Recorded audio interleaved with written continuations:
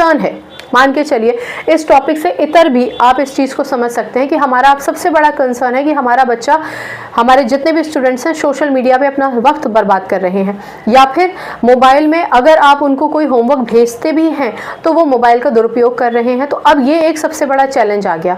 तो इसको किस तरीके से, बच्चों की एनर्जी को किस तरीके से हम चैनलाइज करें, इनफैक्ट तो टीचर खुद अपने आप को कैसे चैनलाइज करें, बहुत सारी चैलेंजेस और बहुत सारी।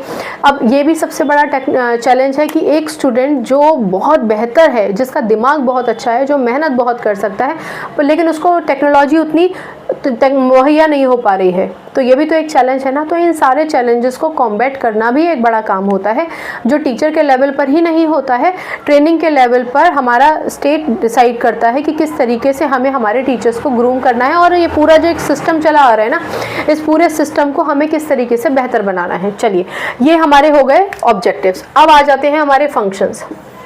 ठीक है, to assist government of states. हाँ, अब जैसा कि हमने लेक्चर की शुरुआत में कहा कि हर एक स्टेट की अपनी अलग रिक्वायरमेंट होती है। बेसिक चीज़ें सबके पास है, मैथ सब पढ़ते हैं, साइंस सब पढ़ते हैं, इंग्लिश, हिंदी या जो उनकी रीजनल लैंग्वेज है, उनके स्टेट की लैंग्वेज है, उसको सब पढ़ते हैं।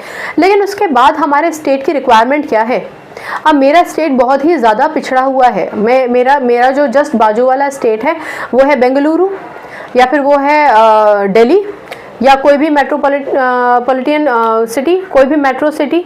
तो अब मुझे मेरे यूथ को इतना ग्रूम करना है कि इन बच्चों से ज़्यादा जाके कॉम्पीट कर सके, क्योंकि अल्टीमेटली हो सकता है कि वो पलायन करें और वहाँ जाके काम करें, और पलायन ना भी करें तो हो सकता है उनको एक अच्छी अपॉर्चुनिटी मिल सके।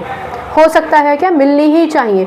तो उस हिसाब से हो सकता है कि गवर्नमेंट, जो हमारा स्टेट का गवर्नमेंट है, उसको अभी तक हमने ही बताया नहीं है, SCERT ने बताया ही नहीं है कि किन किन चीज़ों का हमें रिक्वायरमेंट है एज अ स्टेट अपने एजुकेशन सिस्टम को बेहतरीन करने का।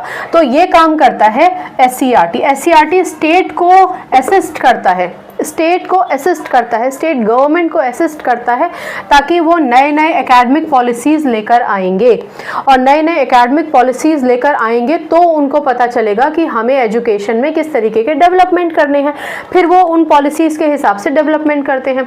जैसे कि यूपी में अभी सरकारी स्कूल्स में निपुण करके एक प्रोग्राम चलता है ना, जहाँ पर वो इंश्योर करते हैं कि हर एक बच्चे को एक क्लास में कम से कम इतनी स्पीड से पढ़ना और इतनी स्पेलिंग्स, प्रोनाउंसिएशन करना या इतना बोलना तो आना ही चाहिए। तो इसका मतलब कि ये इन्फॉर्मेशन हमारे गवर्नमेंट तक पहुंची कि भैया हमारे यहाँ का जो बच्चा है, जो सरकारी स्कूल में है, प्राइवेट स्कूल्स तो अपने बच्चों को अपने टीचर्स के थ्रू कैसे भी सिखाते ही हैं, लेकिन हमारा गवर्नमेंट स्कूल का बच्चा